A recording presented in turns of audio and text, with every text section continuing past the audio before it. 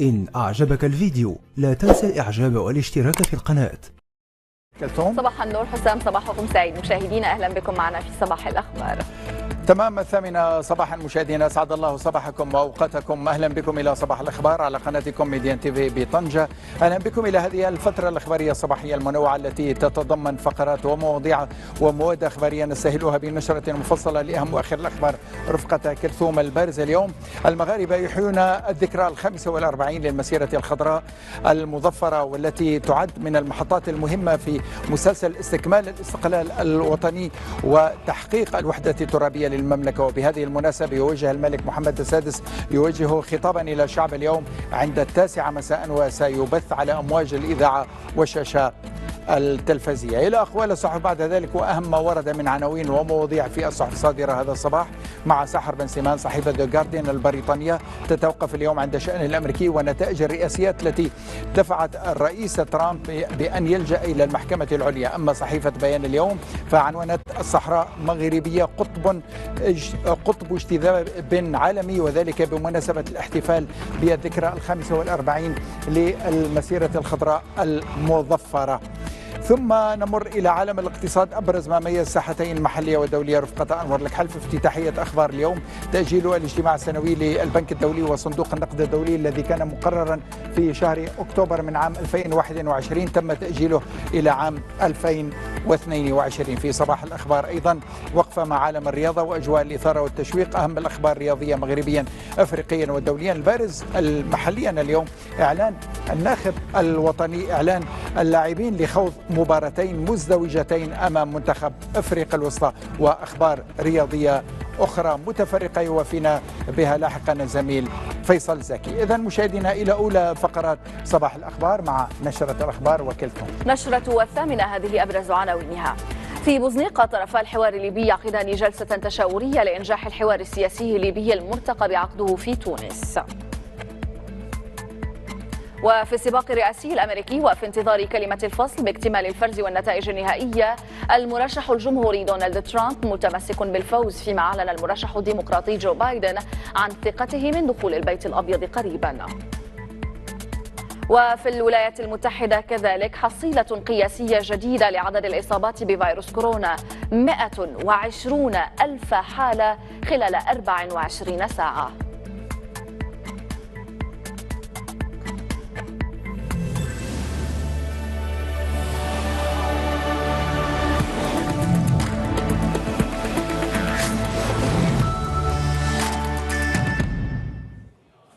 مشاهدينا أهلا بكم معنا إلى نشرة الثامنة التي يبدأ معكم تفاصيلها الزميل حسام. ونبدأ كلثوم بهذا الخبر، حيث أعلنت وزارة القصور الملكية والتشريفات والأوسمة أن الملك محمد السادس سيوجه خطابا ساميا مساء اليوم بمناسبة حلول ذكرى ال45 للمسيرة الخضراء، وسيبث الخطاب الملكي على أمواج الإذاعة وشاشة التلفزة عند 9 من مساء اليوم الجمعة كما ذكرنا. هذا ويخلد المغاربة اليوم الذكرى ال45 للمسيرة الخضراء المظفرة، التي تعد من المحطات المهمة في مسلسل استكمال الاستقلال الوطني وتحقيق الوحدة الترابية للمملكة.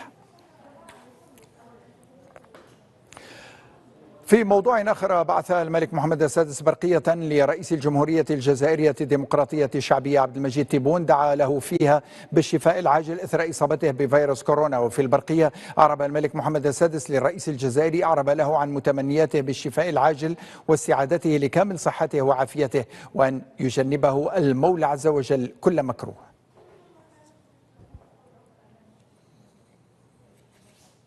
في موضوع آخر، عقد ممثلو الدوائر الانتخابية لمجلس النواب والمجلس الأعلى للدولة الليبيين يومي 4 و5 من نوفمبر الجاري ببوزنيقة جلسة تشاورية لإنجاح الحوار السياسي الليبي المرتقب عقده في تونس خلال الشهر الجاري.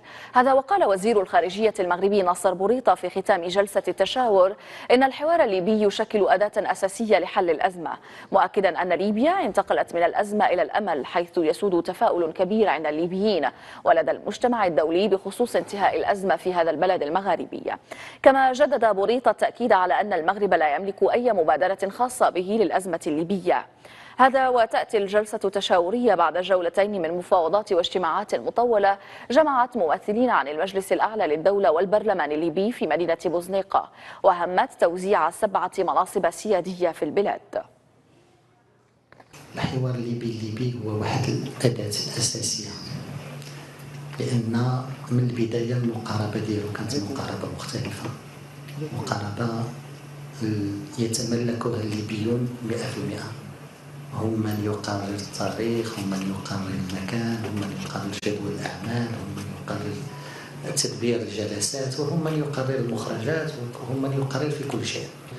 انتقل الملف الليبي من التأزيم، من السوداوية إلى الأمل، إلى الإيجابية، وإلى اليوم كاين واحد تفاؤل كبير لدى الليبيين أولا ولدى المجتمع الدولي بأن شيئنا اليوم يتم العمل به وروح إيجابية تسود، و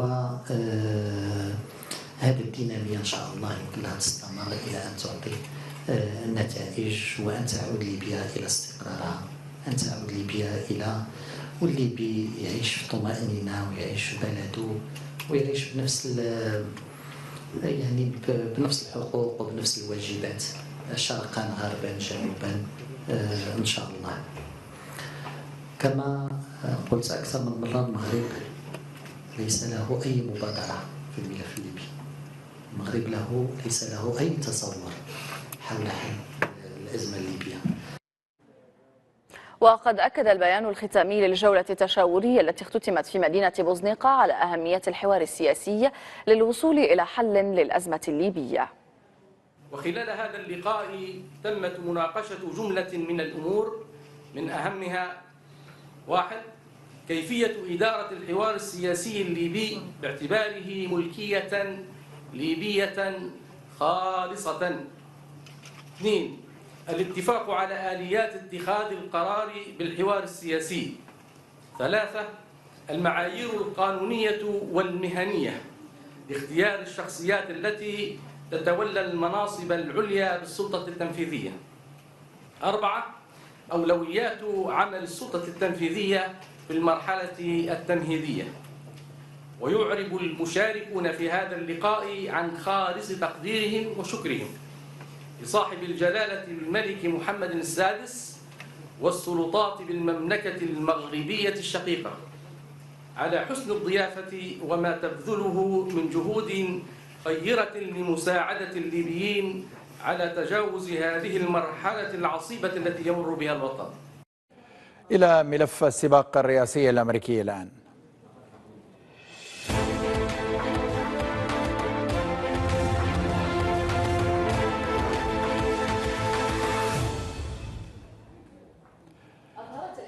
تقليص الفارق حتى نقطة الصفر تقريبا بين رئيس الجمهورية دونالد ترامب ومنافسه الديمقراطي جو بايدن في ولاية جورجيا المهمة لتحديد الفائز في الانتخابات، كما قلص الفارق مجددا في ولاية بنسلفانيا بعد فرز 95% من الأصوات، فيما جدد الرئيس الأمريكي اليوم التأكيد على أنه سيلجأ إلى القضاء إذا لم يكن الفائز بالانتخابات التي جرت الثلاثاء الماضي. شيماء بوعلم والتفاصيل. تتواصل حالة التوتر التي تعيشها الولايات المتحدة الأمريكية بعد اقتراع رئاسي ما زال مصيره غير محسوم، فبينما ترجح النتائج الأولية فوز المرشح الديمقراطي جو بايدن، يتابع معسكر الرئيس دونالد ترامب مساطر الدعاوى القضائية التي أطلقها لوقف عد البطاقات الانتخابية، وهي الدعاوى التي دعمها مناصرو الرئيس الجمهوري في الشوارع. ترامب خرج في ندوة صحفية ليعلن فوزه بالأصوات القانونية، مشددا على عدم سماحه بما أسماه سرقة الانتخابات. سننهي الأمر ربما لدى المحكمة العليا، سوف نرى. نعتقد أننا سنقدم الكثير من الدعاوى القضائية في هذا الصدد، لأننا لن نسمح بسرقة الانتخابات هكذا. أخبركم أنني ربما سأقضي شهورا أتحدث معكم عن هذا الأمر. لقد قلت سابقا أن التصويت عبر البريد سينتهي بكارثة. هكذا يجدد ترامب تشديده على المضي قدما في اللجوء إلى القضاء لرفض تقدم بايدن، لكن في المقابل لا يملك المرشح الديمقراطي أدنى شك بالفوز على منافسه على حد تعبيره. أنا ونائبتي كامالا هاريس ما زلنا نشعر بارتياح كبير تجاه هذه الانتخابات. لا شك لدينا أنه بمجرد انتهاء عد الأصوات سنكون فائزين، لذا أطلب منكم أن تتحلوا بالهدوء والصبر. العد مستمر وسنعرف النتيجة قريبا جدا. على عكس الهدوء الذي طالب به بايدن، تبدو الأجواء أكثر توترا في الشارع الأمريكي، إذ تستمر المظاهرات المتفرقة من قبل أنصار كلا المعسكرين في ظل استمرار عمليات عد الأصوات. مؤيدو بايدن وترامب على السواء نزلوا إلى الشوارع أمام مراكز فرز الأصوات، إلا أن مطالبهم اختلفت. إذ طالب أنصار بايدن بإحصاء كل الأصوات، ويرون أن احتساب الأصوات كلها سيمكن من فوز المرشح الديمقراطي على منافسه الجمهوري. أما أنصار ترامب فرددوا المطالبة بحماية الأصوات على حد تعبيرهم، دعما لجهود حملة الرئيس ترامب لإلغاء بعض فئات بطاقات الاقتراع، ومنها التي سلمت عن طريق البريد. تترقب العديد من عواصم العالم بحذر الإعلان عن النتائج النهائية للرئاسيات الأمريكية التي ستحسم في هوية ساكن البيت الأبيض في السنوات الأربع المقبلة. وفي الوقت الذي تفضل فيه معظم الدول الأوروبية أن يكون جو بايدن الرئيس المقبل، تحاول الصين وروسيا أن تبقيا على مسافة واحدة من المرشحين. عزيز فتحي والتفاصيل. بكثير من الدبلوماسية وغير قليل من الحذر، تحاول الصين أن تبدو محايدة حيال السباق إلى البيت الأبيض، لكن العملاق الآسيوي لا يخفي رغبة أكيدة في تجاوز الشنآن الذي طبع العلاقات الثنائية طيلة ال4 سنوات الماضية. تعلق الأمر بالحرب التجارية أم بالقيود على شركات التكنولوجيا ووسائل الإعلام، مرورا بقضايا حقوق الإنسان وهونغ كونغ وشينجيانغ، وليس آخرا الاتهامات بشأن المسؤولية عن تفشي الوباء. نأمل في أن يلتقي الرئيس الأمريكي وحكومته الجديدة مع الصين في منتصف الطريق لإدارة الخلافات وتحسين العلاقات. ومعلوم أن العلاقات الثنائية المستقرة والصحية لا تفيد الجانبين فقط، وإنما العالم أجمع، كما تمثل تطلعا للمجتمع الدولي. من جانبها تفضل روسيا انتظار النتائج النهائية قبل إصدار موقف معين بشأن مخرجاتها، لكنها لم تفوت الفرصة لانتقاد ما اعتبرته غموضا يكتنف نتائج الانتخابات الأمريكية، معتبرة أن عدم اليقين في النتائج له عواقب سلبية محتملة على الشؤون الدولية والاقتصادية. لا قيمة لأن يتحدث كل من دونالد ترامب وجو بايدن بثقة عن الفوز. الرئيس الحالي يتحدث علنا عن تزوير محتمل وعن نيته رفع دعاوى قضائية في عدد من الولايات، حيث تبدو له النتائج الأولية لفرز الأصوات مشكوك فيها. وفي ظل هذه الظروف يمكن التوقع أن عملية تحديد النتائج قد تتأخر. ولا يخفي القادة الأوروبيون في الغالب تفضيلهم للمرشح الديمقراطي جو بايدن، فهو الكفيل مرحليا في اعتقادهم بأن يعيد العلاقات الأمريكية الأوروبية إلى سابق عهدها، وهو المرشح في عينهم لدفن الضغينة التي أثارها دونالد ترامب باسم شعاره المقدس أمريكا أولا.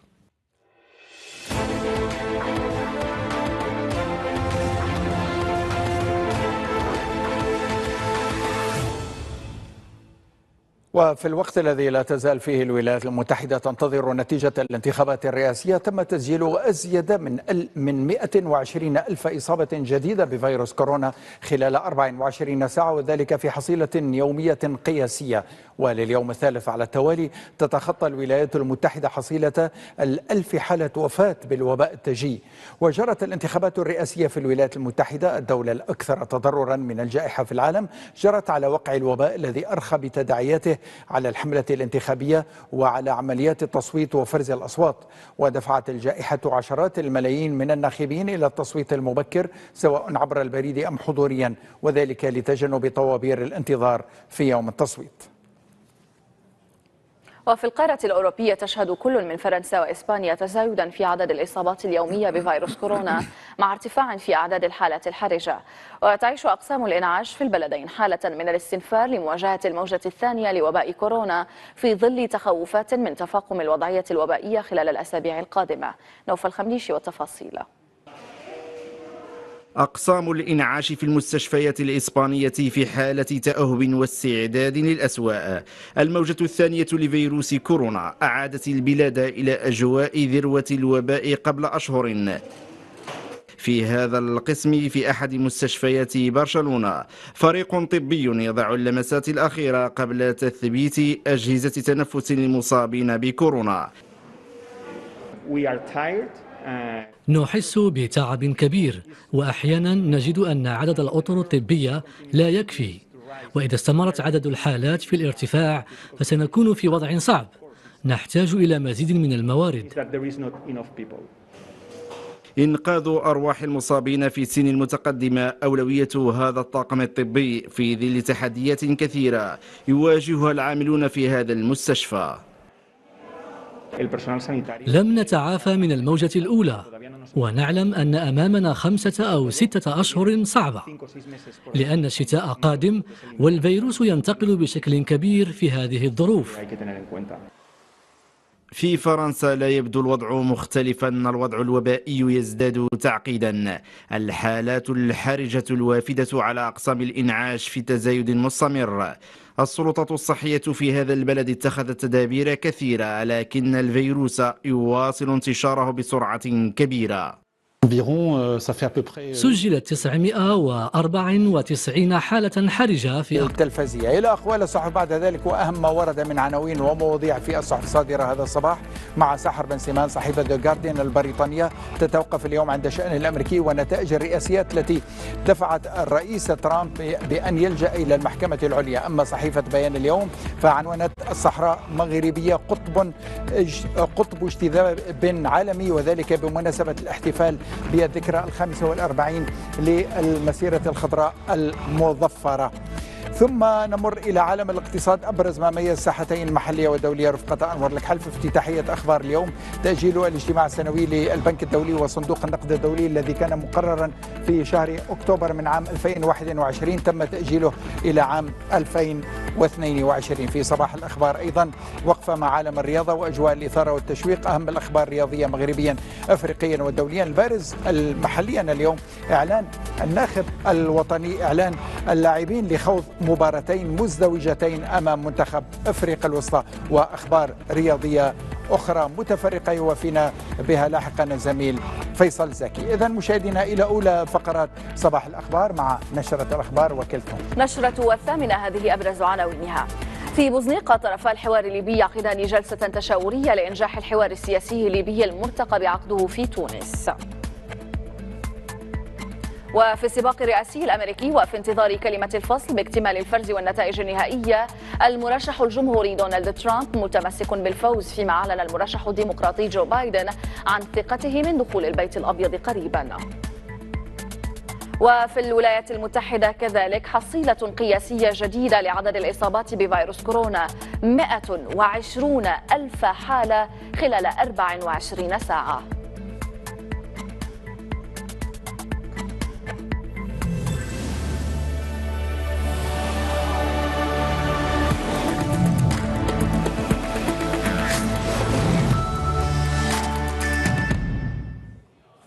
مشاهدينا أهلا بكم معنا إلى النشرة الثامنة التي يبدأ معكم تفاصيلها الزميل حسام. ونبدأ كلثوم بهذا الخبر، حيث أعلنت وزارة القصور الملكية والتشريفات والأوسمة أن الملك محمد السادس سيوجه خطابا ساميا مساء اليوم بمناسبة حلول ذكرى 45 للمسيرة الخضراء، وسيبث الخطاب الملكي على أمواج الإذاعة وشاشة التلفزة عند 9 من مساء اليوم الجمعة كما ذكرنا. هذا ويخلد المغاربة اليوم الذكرى 45 للمسيرة الخضراء المظفرة التي تعد من المحطات المهمة في مسلسل استكمال الاستقلال الوطني وتحقيق الوحدة الترابية للمملكة.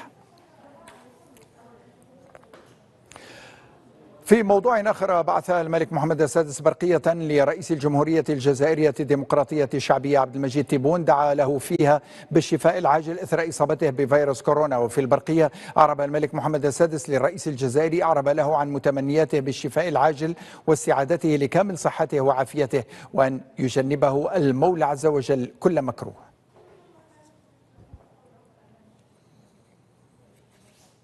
في موضوع آخر، عقد ممثلو الدوائر الانتخابية لمجلس النواب والمجلس الأعلى للدولة الليبيين يومي 4 و5 من نوفمبر الجاري ببوزنيقة جلسة تشاورية لإنجاح الحوار السياسي الليبي المرتقب عقده في تونس خلال الشهر الجاري.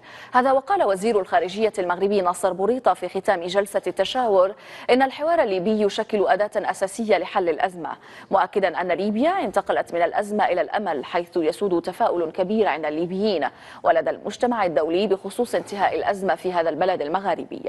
كما جدد بوريطة التأكيد على أن المغرب لا يملك أي مبادرة خاصة به للأزمة الليبية.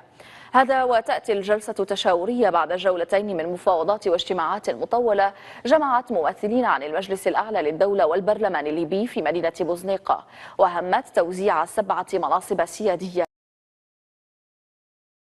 إن أعجبك الفيديو لا تنسى الإعجاب والاشتراك في القناة.